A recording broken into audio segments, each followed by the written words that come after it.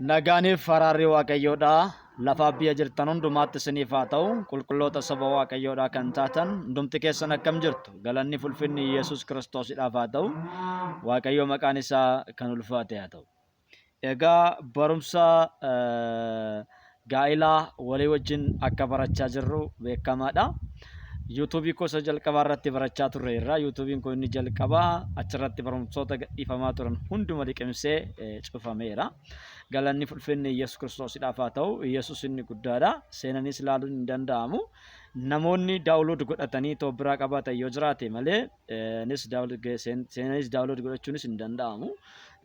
Yesuusidhaaf galanni guddaan haa ta'u. Anis akkasumatti dhabee jira jechuudha akkuma namoonni dhabanitti. Tokko tokko biraan qaba inni tokko YouTube qofarra kan jiru badeera na biraayis jechuudha. Yesuusidhaaf galanni guddaan haa ta'u. Egaa yeroo kaadhimummaatti isa jedhu walii wajjiniin kan ilaallu ta'a. Galanni ulfinni Yesuus Kiristoosidhaaf haa ta'u.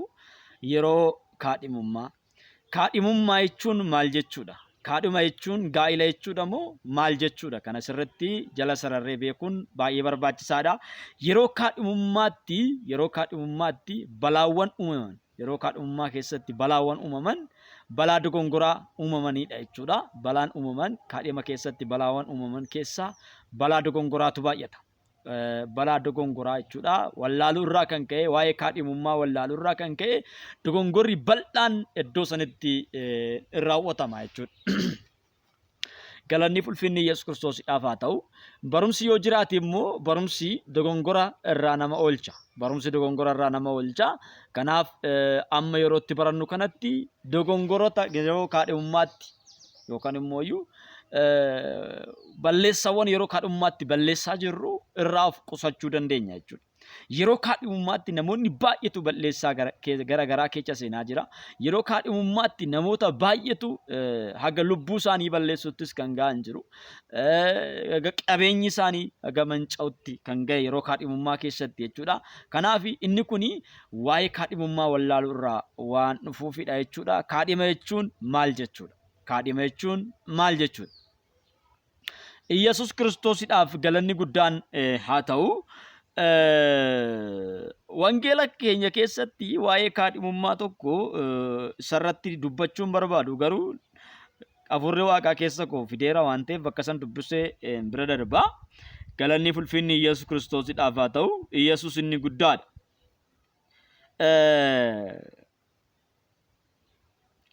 Macaafa qulqulluu keenya keessatti Maatiyos irraa lafa tokko nan dubbisa. Maatiyos irraa lafa tokko nan dubbisa. Maatiyos 1:16 irratti akkas jedha. Yaaqoob Yoosefin dhalche. Yoosef kun immoo kaadhima Maariyaam isheen immoo Kiristoos Yesuus isa Kiristoosicha jedhamee moggaafame kan deessedha jedha. Yoosefin kun kaadhima eenyu turedha? Kaadhima Maariyaam dubree Maariyaam haadha gooftaa keenya Yesuus Kiristoosii ture jechuudha. Galanni ulfinni Yesuus Kiristoosidhaaf haa ta'u. Dhalachuun Yesuus Kiristoos akka kanatti fufee jirutti ture. Maariyaam haati isaa Yoosefii kaadhimamtee turte. Isheen Yoosef wajjin utuu wal bira hin gahin hafuura qulqulluudhaan ulfooftee argamte. Hafuura qulqulluudhaan ulfooftee argamtee jedhee macaafni qulqulluun dubbata jechuudha. Egaa yommuutti Maariyaam hafuura qulqulluudhaan ulfooftee argamte kanatti Yoosef kaadhimni isheedhaa hin arge. Ulfaa'uu ishee arge. Guddachuu garaa isheedhaa waan argeef Yoosef Maariyaam wajjin hin ciifne waan ta'eef. Yoosef Maariyaam bira hin geenye waan ta'eef. Yoosef Maariyaam wajjin hin ciifne waan ta'eef. Maariyaam kaadhima Yoosef jedhamtee beekamti. Kaadhima Yoosef jedhamtee beekamti. Garuu kutaa kana keessatti gaafa laallu kaadhimni Yoosef kuni osoo Yoosef bira hin gahin maal taate argamte? Ulfa taate argamte. Egaa kaadhima kana jidduutti warra wal kaadhimate kana jidduu harki Waaqayyoo galee harki Waaqayyoo gaafa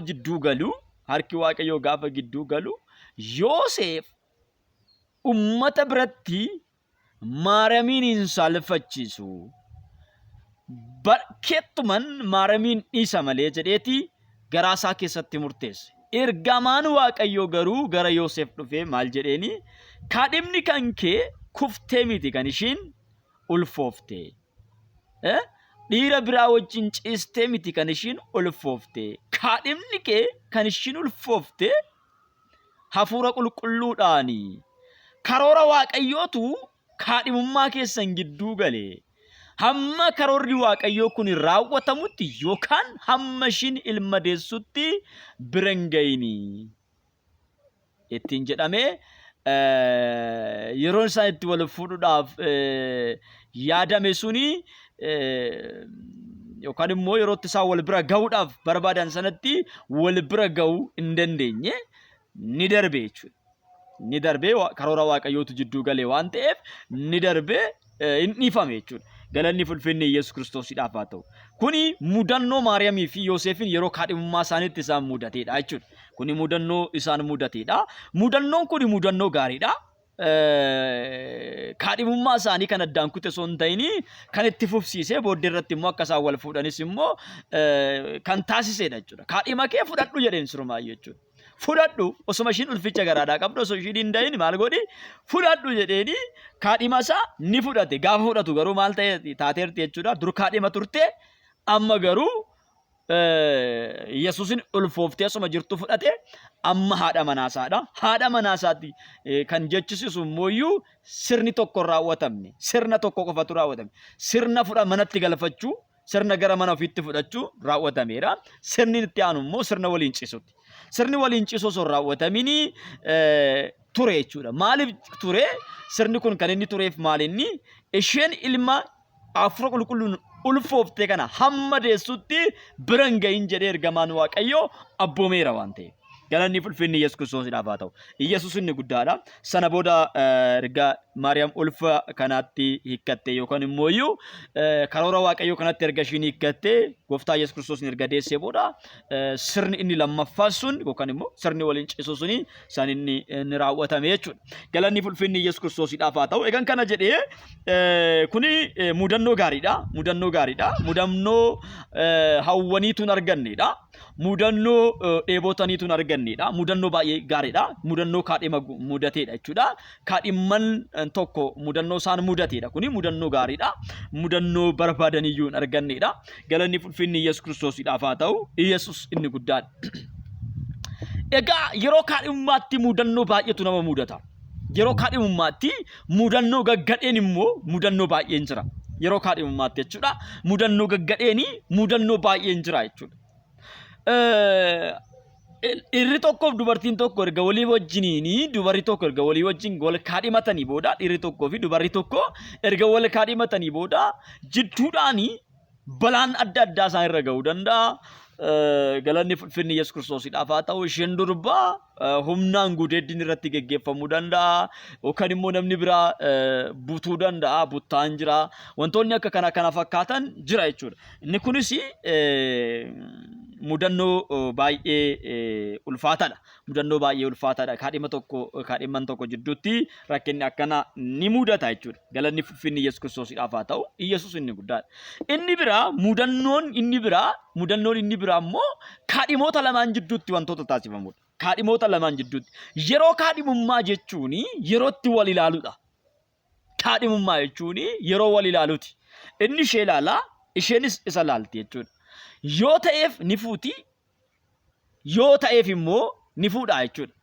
Ishiin yoo ta'eef itti heerumti, innis yoo ta'eef hin fuudha jechuudha.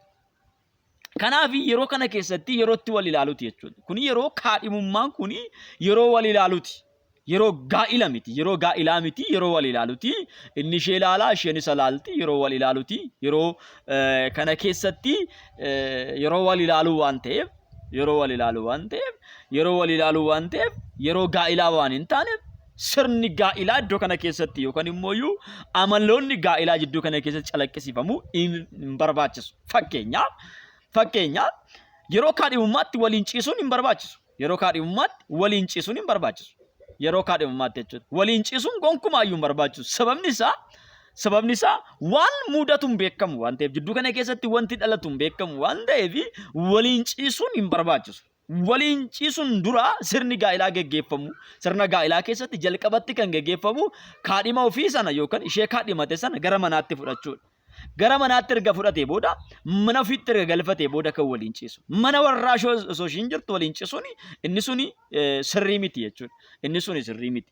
Kuni mudannoo kan immoo dogongoraa kaadhiman lamaan hojjetan keessa inni tokko waliin ciisuu isa badheeti jechuudha. Osoo waliin fuudhin osoo sirni gaa'ilaa hin raawwatamin badheetti waliin ciisuun dogongora isa guddaadha jechuudha. Inni biraa yeroo kaadhimummaa keessatti maallaqa walitti dabalachuun sirrii miti.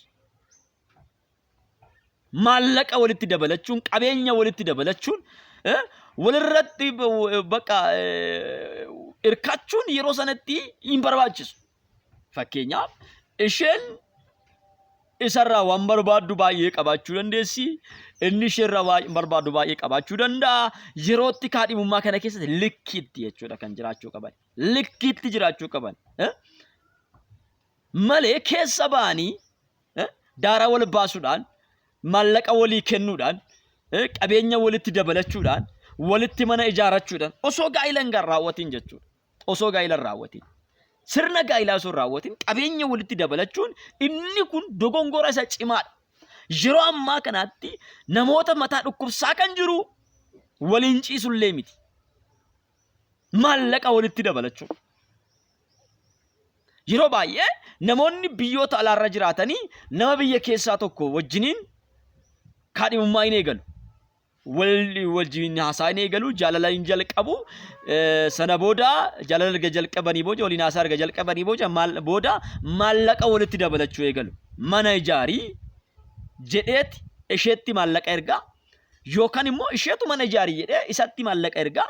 Jidduu kana keessatti maallaqni yeroo itti badu, maallaqni baay'een yeroo itti qisaasa'u, humni baay'een yeroo itti badu, dafqi baay'een yeroo itti nyaatamu argaa jirra. Yeroo kaadhimummaa keessatti maallaqa walitti dabalachuun gonkumaa hin barbaachisu. Walii galtanii jirtan yoo ta'e inni biyya alaa jirus yoo ta'e inni biyya keessa jirus yookaan immoo lamaanuu biyya keessa jiraatanis yoo ta'e walii galtanii jirtan yoo ta'e maallaqa walitti dabalachuun dura, mana walitti ijaarrachuun dura, biizinasii walitti hojjechuudhaan dura maal gochuu qabdu? Dursitanii sirna gaa'ilaa raawwachuudha. Sirna gaa'ilaa raawwachuudha. Fuudhuu erga fuutanii booda manatti erga galfattanii booda waliin ciisichaan erga raawwattanii booda inni kun erga xumuramee booda inni biraa walitti dabalamu kan eegalu jechuudha. Dursa gaa'ilatu eegala. Gaa'ila miti. Kaadhima jechuun gaa'ila miti. Kaadhima jechuun yoo barbaanne kan fuunu yoo barbaannu baanne immoo kan dhiisudha. Fakkeenyaaf Qorontos 7:36 irratti namni tokko fuudha ga'ee kaadhima isaa fuudhuu dhiisuun isaa akka waan ishee irratti daba hojjatee itti fakkaate garuu fuudhuu isaas hin oolu erga ta'e akkuma dur ishee jaalatetti wal haa fuudhan. Akkas gochuu isaatiin cubbuu hin hojjetu. Fakkeenyaaf namoonni wal jaalatan tokko kaadhima wal kaadhimatan tokko kaadhima isaa fuudhuu dhiisuudhaaf kan fuudhuu dhiisuudhaaf murteesse lakkin fuudhanii ishee hin barbaadu yookaan immoo hin barbaadu jedhee kan murteessu yoo ta'e fuudhuun isaa hin oolu yoo ta'e garuu osoo ishii fuudhee gaariimaa jedhama caafni. Ishuma sana osoo fuudhee kanuma kaadhimatee waliin ture sana osoo fuudhee gaariidha. Garuu hin barbaadu yoo ta'e ishee dhiisuunis cubbuu kan ittiin fakkaanne yoo ta'e osoo kaadhima isaa wajjiniin ciisin haa dhiisu. Waliin ciiseera yoo ta'e sirna gaa'ilaa tokko raawwateera waan ta'eef. Gaa'ila keessa seeneera waan ta'eef. Waliin hin ciifne yoo ta'e dhiisuudhaaf kan murteessu yoo ta'e dhiisuun isaa ba'eessaadha macaafni qulqulluun. Dhiisuun isaa ba'eessaa. Isheenis akkuma kana jechuudha. Hin barbaaddu yoo ta'e erga laaltee namni kun naaf hin ta'u yoo jettee dhiisuu dandeessi. Dhiisuu dandeessi yeroo kaadhimummaati waan ta'eef, yeroo wal ilaaluuti waan ta'eef, yeroo wal qorachuuti waan ta'eef, yeroo wal hubachuuti waan ta'eef. Yeroo kana keessatti gaa'ilaa miti waan ta'eef isheenis dhiisuu dandeessi, innis ishee dhiisuu danda'a. Kun cubbuu miti. Kun cubbuu miti. Yeroo baay'ee osoo waliin fuudhinii maallaa yookaan immoo iyyuu kakuun yeroo osoo waliin fuudhin yerootti kakuu walii galan argara. Garuu waliin fuune jarri. Osoo waliin fuudhin jechuudha kakuu walii galu. Waliin fuune. Macaafa qulqulluu fidanii yookaan paastarii waldaa fidanii paastariin akka kanatti immoo iyyuu kaadhima wal kaksiisu sirna waldaa kiristaanaa kan hin beekne akkasumas immoo iyyuu tajaajilaa ta'uufis kan hin beeknedha jechuudha. Tajaajilaadhas jedhee fudhachuudhaaf natti ulfaata. Paastarii osoo hin taane poostariin baay'een isaanii jiru. Kana jechuun taappellaa paastarii duwwaa baatanii namoonni deemanii namoonni akka kanaa jiru. Namoota kan osoo yeroo kaadhimummaa keessatti kan kaksiisan jidduu galanii isheef isaa bakka nishiin dhiisu nishiin nan dhiistu minaamen. Kun hunda akkanaa kun hin jiru. Taphni akkanaa hin jiru. Kun yeroo wal ilaaluuti waan ta'eef inni ishee ilaalaa isheen isa ilaalti. Amala isaa ilaalti, jireenya isaa ilaalti, eenyummaa isaa ilaalti. Sana booda kan sirna gaa'ilaatti seenan jechuudha. Yeroo kanatti qabeenya walitti dabalachuun, yeroo kanatti wal kaksiisuun hin barbaachisu. Inni tokko waliin ciisuudha. Yeroo kaadhimummaatti waliin ciisuun dogongora hin barbaachisu. Kaadhima waan ta'eef kaadhima kee wajjin ciisuun sirrii miti, cubbuudha. Sagaagaluudha. Inni lammataa qabeenya walitti dabalachuudha. Inni kunis dogongora guddaadha. Inni sadaffaanii wal kaksiisuudha. Bakka anis akka kadheen jira jedhee kakuu sana eeguudhaaf tokkosim jedheetuma dabatee ta'a. Inni kun immoo iyyuu kakuu sana cabsee deemuu danda'a. Sirumaayyuu kakuun yeroo kadhimummaa keessatti kan hin barbaachifnedha. Iyyesuusiidhaaf galanni guddaan haa ta'u. Kan hin barbaachifnedha. Kakuun hin barbaachisu. Yeroo kadhimummaa keessatti kakuun hin barbaachisu. Wanta hin barbaachifne gochaa jirtu jechuudha. Sirriis miti. Amala macaafa qulqulluus miti. Yoo barbaade dhiisuu danda'a jedha macaafichi.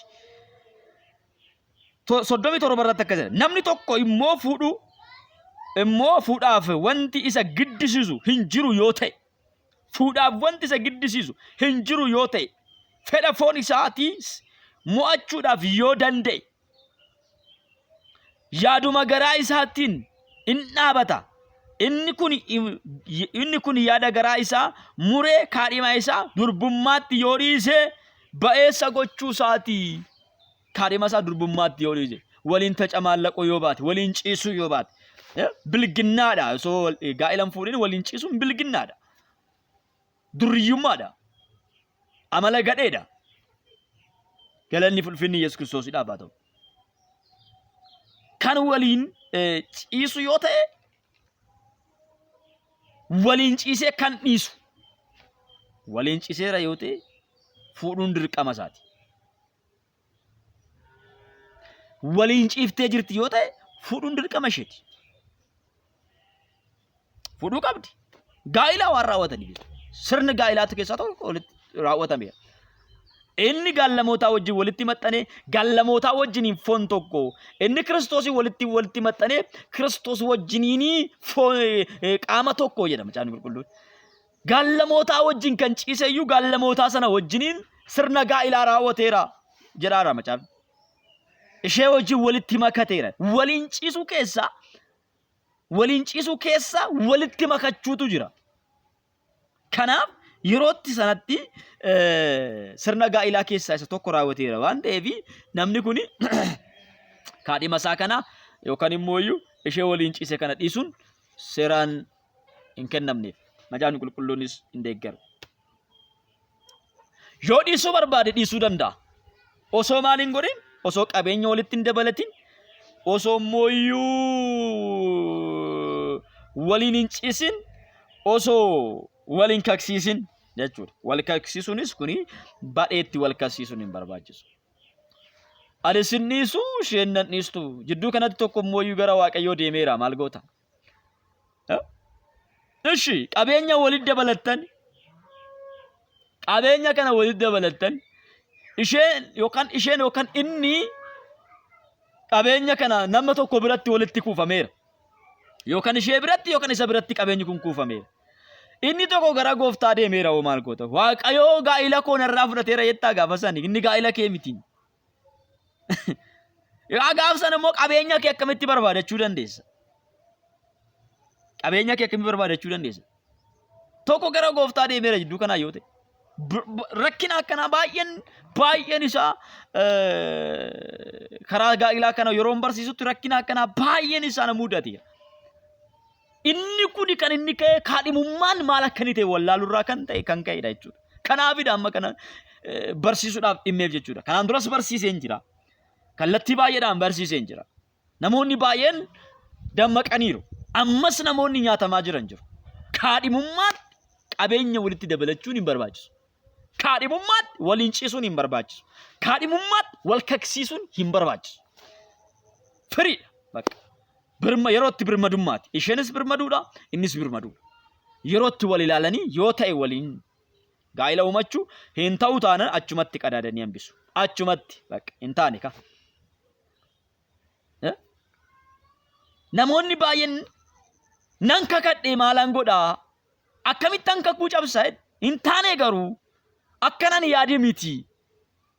Hin taane akkamitti an kakuu sana cabsaa? Inni biraa ammoo waliin ciifneerra maalan godhaa? Akkamitti an dhiisaa? Yeroo kaadhimummaatti rakkina kana hunda keessa galtanii maaf cannaqamtu? Yeroo kaadhimummaa jechuun yeroo badhemaa wal ilaaltanii, yerootti wal bira geessan miti.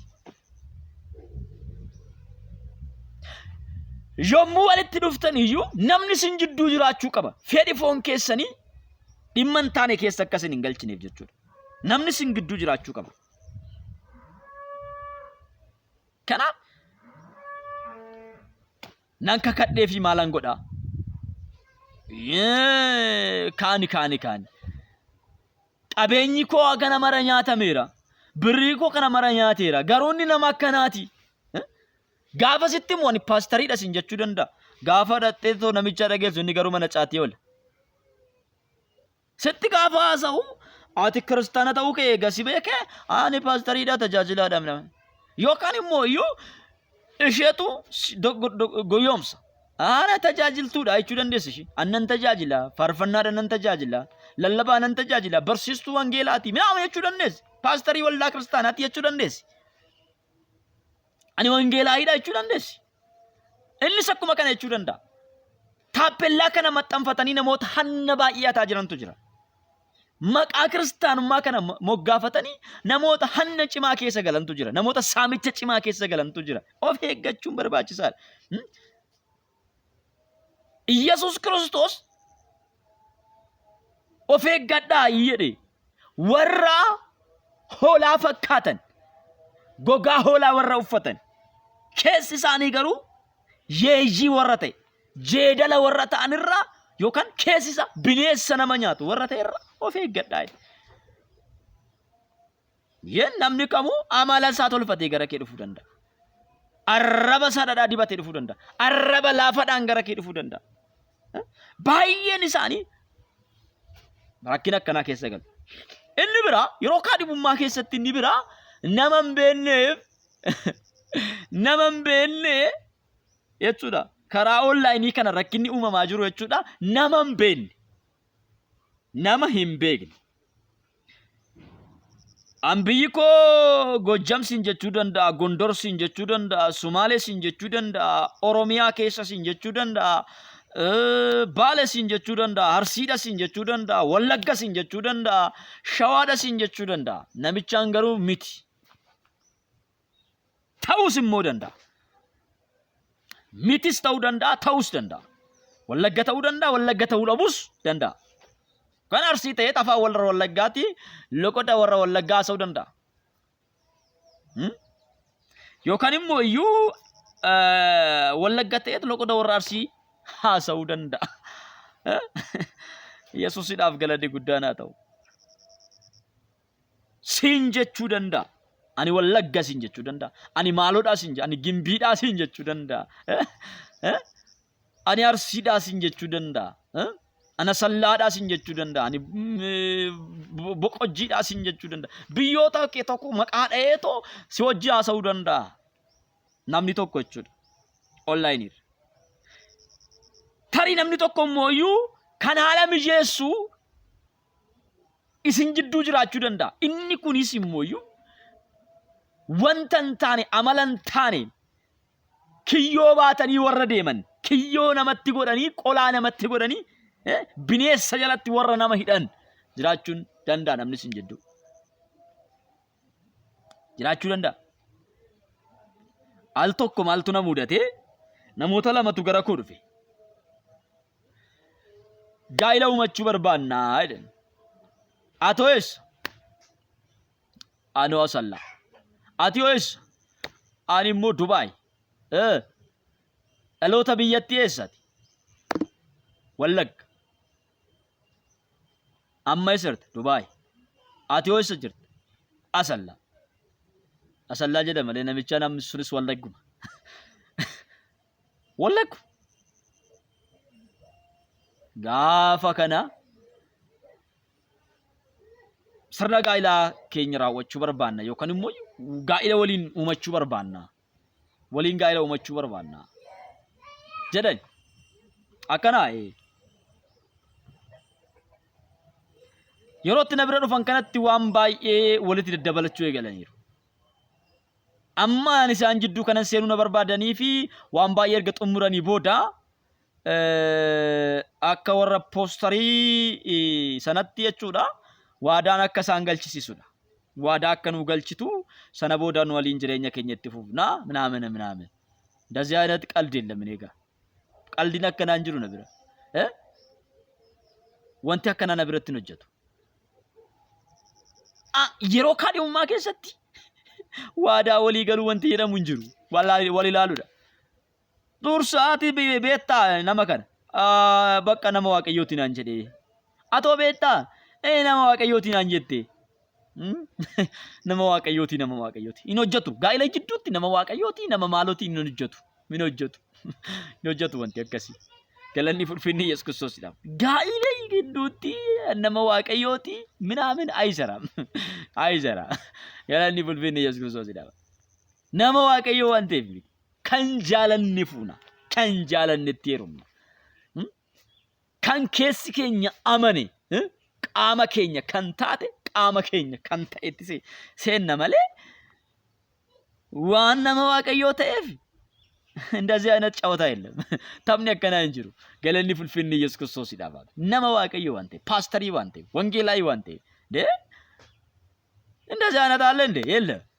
ወና ገናን ጅሩ እንጅሩ ወንቴ ከና አስተሪ ዋንቴ ፊሚቲ ከን ጋይለ ጎቹ እንዴ ዋን በቃ ጆለን ቱጎንጎርና ጆለን ዱባራ ፓስተሪ ዋንቴ ፊሚቲ ከወን ጋይለ ሲተው ደንደው ጋይለ ከሲተው ደንደው waaqayዮ ለፈሲ ካኤራ ፓስተሪ ዳሚቲ ከንኬ ወከንሞ ወንጌላዊ ዳሚቲ ከንኬ ታውስ ደንዳ ታው ደቡ ደንዳ ከንኬ ቤክ ዱራን ዱርሲቲ አኔ ወንጌላዊ ዳዋን ሲንጀደ ወቃ ወንጌላዊ እርገጥ የረደትን ሲኒ ገለኒ ፍልፍል ኢየሱስ ክርስቶስ ይዳባል ኢየሱስን ይጎዳል ጋኢለ ከሰቲ ፍለታሙ ደቡ ደንዳኒ ተጃጅልቶኒ ፍለታሙ ደቡ ደንዳል ማለፍ ወጂኒ ሳኒ ወጂ ዋቀዮ ከሰቲ ቢዚ ደው አንተ ኤቪ ዝርና ጋኢላ ከሰቲ ከነኮፊ በርባዱ ሳኒሌ ተጃጅልቶኒ ከነማኮፊ በርባዱ akka isaanitti kan isaan gargaartu isaan tajaajila waaqayyoodhaaf waan fiiganiif tajaajila waaqayyoo san kan isaaniif deggaftu tajaajila waaqayyoo sana kan isaan cinaa dhaabatte kan isaan gargaartu akka isaanii barbaaddatu atis gargaaraa akka keetii barbaadachuu qabda paastarii waan ta'eef irratti lafannaamu in miti wanta akkasii hin jiru wanti akkasii in barbaachisu wanta akkasii amala akkasii kana sirumaayyuu balleessaa of keessa balleessaa namoonni baay'een maqaa kana bakka chaappeeffatanii hanna deemu. Paastarii waan ta'eef qulqulluu miti. Wangeelaa waan ta'eef qulqulluu miti. Gaa'ilaaf kan ta'us ta'uu dhabuu danda'a. Ta'us danda'a ta'uu dhabuu danda'a. Kanaaf duraan dursinee laaluun baay'ee barbaachisaadha. Duraan dursanii laaluudha. Yeroo baay'ee ijoolleen dogongorinaa hin dogongorinaa. Wanti akkanaa kun sirrii miti. Wanti akkanaa kun sirrii miti. Siif kan kaa'e Waaqayyo lafa jira. Qaama kee ta'uu kan danda'u. Ati qaama isaa ta'uu kan dandeessu.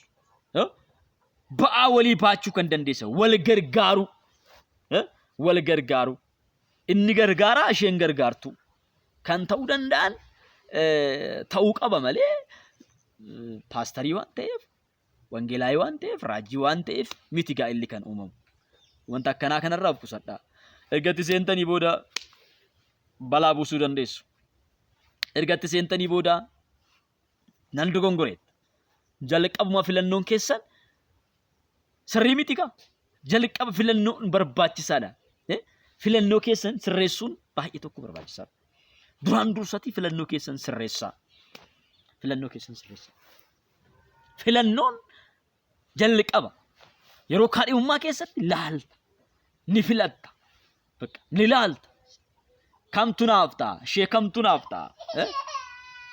Isa kamtu naaf ta'a kan jedhu sana yeroo filannoo keessatti ni laalta jechuudha. Yeroo kaadhimummaa san keessatti kan siif ta'u sirriitti laalta. Iyyesuusiidhaaf galanni guddaan haa ta'u. Kan siif ta'u sana ammoo gargaartu yookaan gargaaraa godhatta.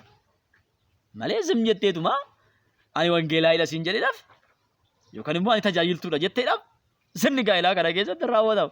Tajaajilaa yookaan tajaajiltuu waan ta'eef walitti heerumuun hin barbaachisu. Walitti fuudhuun hin barbaachisu. Qaama garagaraatu walitti dhufa ta'a. Qaama garagaraadha. Tokko ta'uu dhabuu danda'a.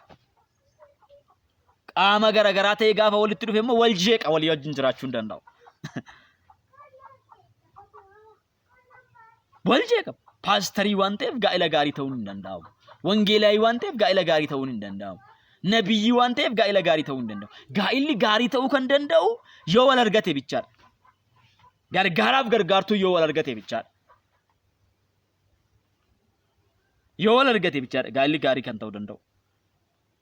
Galanni fulfinni Yesuus Kiristoosiidhaaf haa ta'u. Kanaaf isa kana sirriitti xiyyeeffatanii laaluun baay'ee tokko barbaachisaadha. Tajaajiluma waan ta'eef sirna gaa'ilaatiif hin barbaadatinaa. Sirna gaa'ilaatiif hin soqinaa. Kanaaf namoonni kunniin gara koo gaafa isaan dhufanii nan qoradhe. Nan ilaalee yeroo kaadhimummaati malee yeroo itti wal kasiisus miti, yeroo itti qabeenya walitti dabalachuus miti jedheen barumsa gaafan kennuuf eegalu wanti baay'een bal'achuu ka'e. Yaadonni baay'een bal'inaan ka'utti ka'an. Wal qorachuun isaanii sirriitti cimutti ka'e.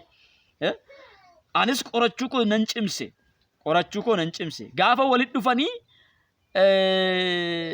ani mucaa waggaa 25dha jedhe. Isheen immoo ani mucaa waggaa 20dha jetti. Gaafa qoradhu isheen mucaa waggaa 30dha. Inni nama waggaa 45dha. Arga haga isaan addaan fagaatan dhimee isaan irratti haga addaan fagaatan wanta baay'eedhaan haga isaan addaan fagaatan karaa biraatiin immoo gaafa qoradhee ilaalu inni ijoollee qaba. Inni ijoollee qaba. Isheen immoo ijoollee hin qabdu hojiirra nama turteedha. Inni ijoollee qaba. Garuu somni kun jidduu isaaniitti argameera. Dogongorri kun jidduu isaaniitti argameera. Isheen isaan beektu, inni isheen beeku. Inni sobee kiyyoo isaa keessa galchaa jira. Isheen hin beektu kiyyoo isaatti galaa jirti. Gaafa kana adda addaan baafnee laalle ni kun sirrii miti. Ati asumatti dhaabadhu.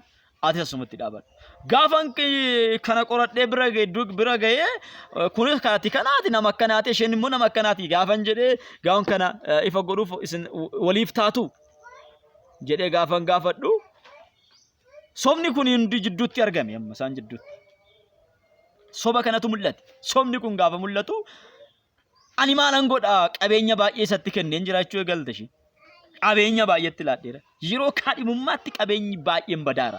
Birrii baay'eetu dhumaara. Namoonni baay'een maallaqni isaanii nyaatamaara.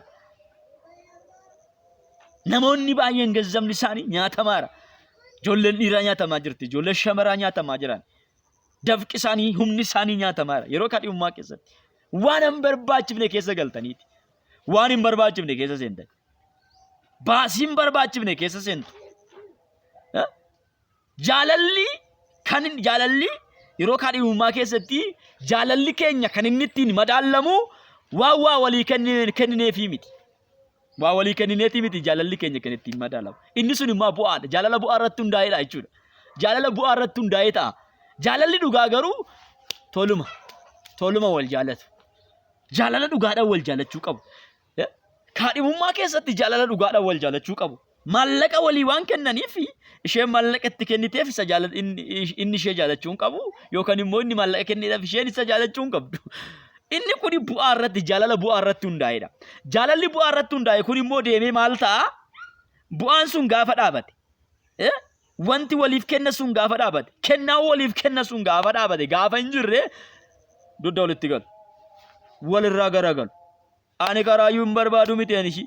Yookaan immoo ani isaan barbaadu miti. Agartanii bakka inni itti rakkinni uumamaa jiru. Jaalala bu'aa irratti hundaa'ee wal jaalachaa jirtu. Jaalalli bu'aa irratti hundaa'e kuni galma hin ga'u. Jaalalli bu'aa irratti hundaa'e kuni karaatti hafa. Gaafa bu'aan dhaabate jechuudha. Jaalalli inni dhugaa garuu jiraatus jiraachuu baatus jaalalli ittuma fufa. Jaalalli qabeenya irratti miti kan inni hundaa'u. Yoo waa jiraates yoo jiraachuu baates jaalalli ittuma fufa. Galanni fulfinni Yesuus Kiristoosidhaaf. Jaalalli bu'aa irratti miti kan inni hundaa'e. Jaalalli kennaa nuti walii waa kenninu. Qabeenya nuti walii waa laannu. Wanta nuti walii goonu. Warqii walii binnuun. Birrii walii kenninu. Mana walii ijaarru. Yookaan immoo iyyuu makiinaa walii binnuun. Uffata walii binnuun. Jaalalli keenya kan madaalamu yoo ta'e jaalala sobaadha jechuudha. Jaalala bu'aa irratti hundaa'edha jechuudha. Jaalalli bu'aa irratti hundaa'e kuni bu'aan gaafa dhaabate jaalallichi sin dhaabata. Jaalalli qabumaayyuu jaalala bu'aati waan ta'eef. Isa kana sirriitti ilaaluun jalas buutanii sirriitti ilaaluun barbaachisaadha. Sirriitti jala buutanii ilaaluun barbaachisaadha. Namoonni baay'een nyaatamaa jirtu. Namoonni baay'een badaa jirtu. Namoonni baay'een du'aa jirtu. Namoonni baay'een isaanii miidhamaa jiru.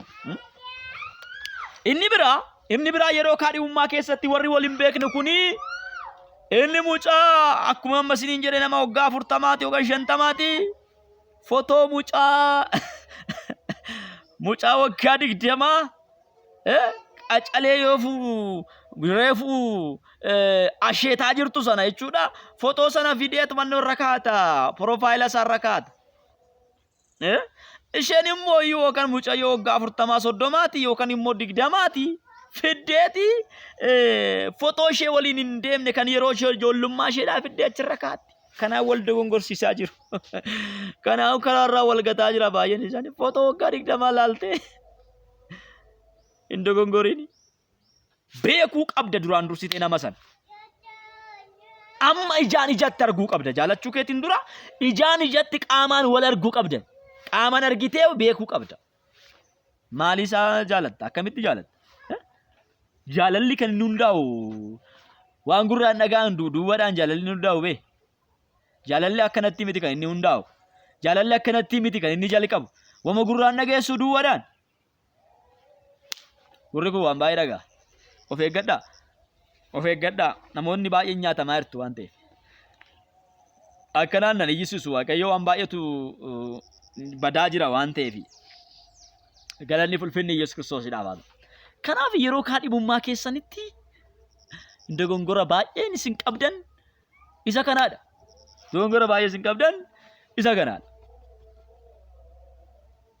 Ayyaadadha bara 2007 mucayyoon tokko akka malee nyaatamte. Birrii guddaa nyaatamte. Bara 2007 keessatti birrii 80,000 nyaatamte. Birrii 80,000 yeroo sanatti ilaalaa. Yeroo sanatti ilaalaa birrii 80,000. Ni jaalatte biyya keessatti footoo laaltee jaalatte.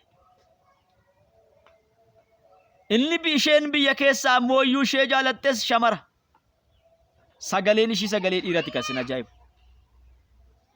Shamaratu shamara jaalate. Isheen gazzabatti laattu kun fotoo laatte. Fotoo laalteeti. Gaafa biyya galtuun ceeyoo sun hin maraatte. Laala birrii guddaadha yeroo sanatti jechuudha. 80 jechuun yeroo sanatti birrii guddaadha. 2007 jechuudha. Galanni fulfinni Yesuus Kiristoosiidhaaf haa ta'u. Yesuus inni guddaadha. Baay'ee miidhamte mucayyoo sun. Lakkii gaafa jennu gaa'illi maallaqaan hin bitamu jarana. Maallaqaan hin bitamu gaa'illi. Yoo lakkisiin hin jennu nuti maa hinaaffaa keessan hin qabnu. Ijoolleen akkasin hin nyaatamne barbaanna malee. Nuti hinaaffaa keessan hin qabnu. Akkasin lafatti haftanis hin barbaannu nuti. Lafatti naftanii. Kan keessan lafa jira. Maafa dogongortu. Macaafa qulqulluun laaltanii. Macaafa qulqulluun dubbistanii. Cinaacha Addaam keessaa Hewaan baate. Cinaacha Addaam keessaa Hewaan baate. Yesuusiidhaaf galanni guddaan haa ta'u. Addaam ture Hewaan hin turre cinaacha isaa keessaa baate. Cinaacha isaa keessaa baate. Inni dhalatu dhiirri dhalatu gaafa dhalatu kan isaaf taatu qabatee dhalateera.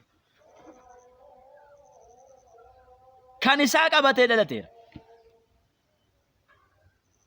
Isheen shamaraas gaafa dhalattu kan kee qophaa'ee lafatti si eegaara. Qophaa'ee si eegaara kan kee. Yeroo baay'ee barumsoonni tokko jiru. Shamarri baay'eedha yookaan dubartiin addunyaa irratti baay'eedha.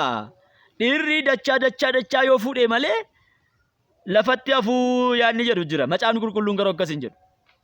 Hin jedhu. Dogongora kuni. Dogongoraadha. Wallaaluudha. Macaafa wallaaluutu kiyyootti sin gataa'eera malee akkas miti. Isheen osoo hin dhalatin dura Addaam lafa ga'eera. Addaam keessaa isheen argamte. Isheen kan Addaam taate. Kanaaf yaa isheen warri shamarranii sin dura Addaam lafa ga'eera waan ta'eef yaadda'inaa. Eenyuttan heeruma eenyuun fudhattanii yaadda'inaa lafa guuteera. Yesuusiidhaaf galanni guddaan haa ta'u. Qaba Waaqayyo baay'ee qaba. Baay'ee qaba. Dhiirri fuudhin baay'eetu jira. Baay'ee qaba. Lafa guutaniiru. Kanaaf hin dogongorinaa. Dogongortanii kiyyoo keessan galinaa. Qabi na darbaadhaan homaa argita irratti lafa dhayinaa. Waan isin darbu tokko iyyuu hin jiru. Hin darbu. Kan keessan dursee lafa ga'eera. Isin warri dhiiraa immoo qabattanii dhalattaniirtu. Yesuusiidhaaf galanni guddaan haa ta'u. Isin warri dhiiraa qabattanii dhalattanii isin warri shamarranii immoo isin dursee lafa ga'eera waan ta'eef isuma keessaa baatanii isumaaf taatu. Kanaaf Waaqayyo sisteema kanaan dhaloota kan inni lafa kanarratti baay'isuudhaaf qopheesse.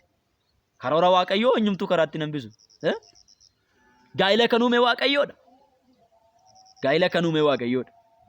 Horaa baay'adhaa kan jedhe Waaqayyoodha. Dhiira tokkoof dubartii takka, dubartii tokkoof dhiira tokko kan uume Waaqayyoodha. Kan keenya lafa jira.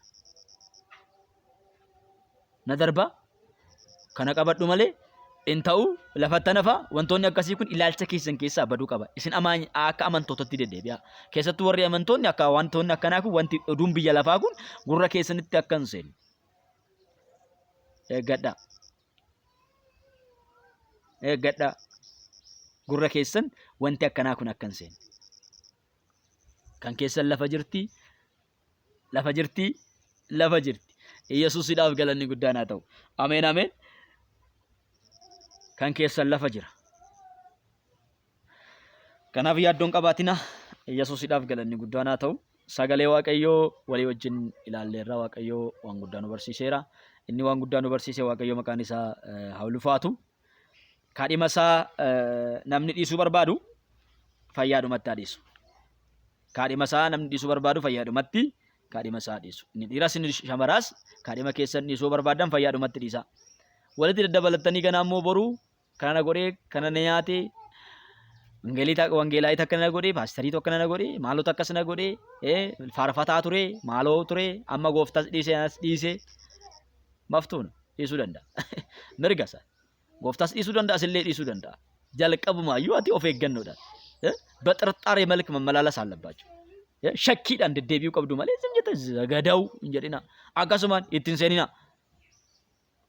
Shakkiidhaan hamma gaafa harka keessan galfatanii kaadhima keessan hamma gaafa harka keessan galfatanii hamma gaafa mana keessanitti galutti hamma gaafa wal bira keessanitti hamma gaafa waldaan kiristaanaa sin kakkisiiftee walitti sin maksutti homaa walitti hin dabalatina. Homaa walitti hin dabalatina. Inni kun yaa'u warra biyya lafaa warri kiristaana taatanii warra biyya lafaa keessaa gaa'ila warri barbaaddatanii dukkanni 50 hariiroo walitti hin qabu jedha macaafni. Kanaaf ofumaa keessanii gara dukkanaa dhaqxanii gooftaan kumatina. Mana Waaqayyoo keessa dhiirri hin jiru moo maaf akkasi guuteera hin jira. Galanni ulfinni Yesuus Kiristoosidhaaf haa ta'u. Yesuus inni guddaadha. Guutee jira hin jira. Garuu ija keessantu arguu dadhabe. Ijji tun hin ilaalti malee al tokko tokko nagartu. Eenyu gaa'ilaaf akka ta'u addaan baastanii hin beektani. Namni baay'een bifa fuudha. Abeet miidhaga ishee yookaan immoo abeet miidhagasaa. Abeet miidhaga ishee kun iddoo gongoraa. Waa'ee kanarratti baay'ee barsiisaan ture. Ammas immoo kutaa ittaanu keessatti waan addaa tokko qabadhee dhufuu nan danda'a. Galanni ulfinni Yesuus Kiristoosidhaaf haa ta'u. Inni kun rifeensa mataa fuudha, inni kun ija fuudha, inni kun fuula fuudha, inni kun dhaabannaa fuudha. Isheen kun akkasii miidhaginni isaa akkasii, ilkaan isaa maaloodha. Ilkaan isaa gaafa tokko buqqa'uu danda'a. Dhukkuba ilkaanii tokkotu jira. Hin dogongoriin. Rifeensi kun illee hin dhumata. Anama rifeensi kiyya kun baay'ee deemeera gara duubatti darbee. Dura akkanan ture. Amma baay'ee duubatti dhumeera. Gara duubatti dhumaara. Dura akkanan ture. Naannoo bakka booyii kana jira gara dura. As. Galanni ulfinni Yesuusidhaaf. Amma maal ta'eera?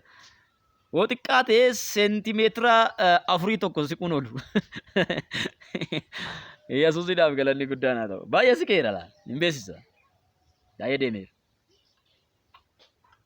Rifeensa warri fuutanii rifeensi gaafa deeme walirraa deemtu jechuudha. Ilkaan warri fuutanii ilkaan gaafa cafee wal cabsitu. Ija warri fuutanii gaafa ijji baddee wal balleessitu. Funyaan gaafa warri fuutanii gaafa funyaan ijji miidhaguu dide iddoo sana bifa warri fuutan gaafa coollogde wal coollogsitu. Abeet. Gaa'illi kana miti. Gaa'illi asirratti miti. Hundeen gaa'ilaa jaalalli gaa'ilaa kan inni maddu kanarratti miti. Kanaaf dogongora baay'eetu jira. Dogongora kana sirreeffachuun duraan dursitanii kana laaluun isinirra jira jechuudha. Gaa'ila gaarii bara dheeraatti gammaduu kan dandeessan argachuudhaaf dursitanii maal akka filattan beekuun barbaachisaadha. Egaa obboleessa keessan gammachuu urgeedha. Obboleessa keessan gammachuu urgeedha. Lakkoofsi bilbila kootii duwwaa 912 99 10 49 yoo ta'an argachuu dandeessu. Yesuusidhaaf galanni guddaan haa ta'u. Egaa barumsa koo isa jalqabaa keessatti ani nama gaa'ila uummate ta'uu koo himeen jira. Namoonni ammaan booda immoo kan hin beekne yoo jiraattan ani nama gaa'ila qabuudha. Ijoolleen qabaa. Faazigaa, Tinsaa'ee, Reewoboot bira darbu yookaan Minaasee jedhama. Galanni ulfinni Yesuus Kiristoosidhaaf haa ta'u. Yesuus inni guddaadha. Kanaaf maqaan isaanii hiikaa gurguddaa of keessaa qaba. Maqaan ijoollee kootii hiikaa gurguddaa qaba. Akkasumaan kan mogga'e miti. Barumsa tokko keessatti barumsa gaa'ilaa kutaa tokkoffaa keessatti kaa'amee jira. Barumsa san namoonni daayilood godhatanii of biraa qabdan yoo jiraattan jaalala Waaqayyootiin isin gaafadha. Naaf ergaa jechuudha karaa waatsaappii ta'ee yookaan karaa biraatiin naaf ergaa jechuudha. Galanni ulfinni Yesuus Kiristoosidhaaf haa ta'u. Barumsi sun baay'ee garaa na nyaata. Na jalaa badeeraana. YouTube irra ture YouTubein immoo itti qollofeera. Gadiin bu'u jechuudha. Gaa'ila keessa seenuun karoora Waaqayyooti isa jedhu mata duree isaa jechuudha. Isarra gaba'umsa waa'ee ijoollee kootii of keessaa qabu jechuudha. Gooftaan sinaa eebbisu eebbifamaa maqaa ijoollee kootii irra deebi'een sinii hima. Faazigaa, Tinsaa'ee, Rehoboot, Minaasee galanni ulfinni Yesuus Kiristoosiidhaaf haa ta'u. Hiikkaa gurguddaa maqaa qabuu fi maqaa ergaa gurguddaa of keessaa qabu jireenya koo wajjiniin kan deemudha jechuudha. Galanni ulfinni Yesuus Kiristoosiidhaaf haa ta'u. Yesuus inni guddaadha. Gooftaan sinaa eebbisu gaa'ila gaarii keessa gaafa seentan wanta hundumaa irratti rakkina keessa dabartan hundumaa irratti jireenya keessa dabartan hundumaa irratti maqaa moggaastanii bira dabartu. Yesuusiidhaaf galanni guddaan haa ta'u. Waaqayyo sinaa eebbisu eebbifamaa barri keessan jireenyi keessan kan eebbifame haa ta'u. Jabaadhaa. Harki gooftichaa sin faana haa ta'u. Irreen gooftaa sinaa gargaaru. Hubannaaf ogummaan siniif haa dabalamu. Kadhadhaa duraan dursati. Kaadhima barbaaduun dura kadhadhaa. Kaadhima gaafa argattan immoo gaazabaan hin bitinaa. Gaazabaan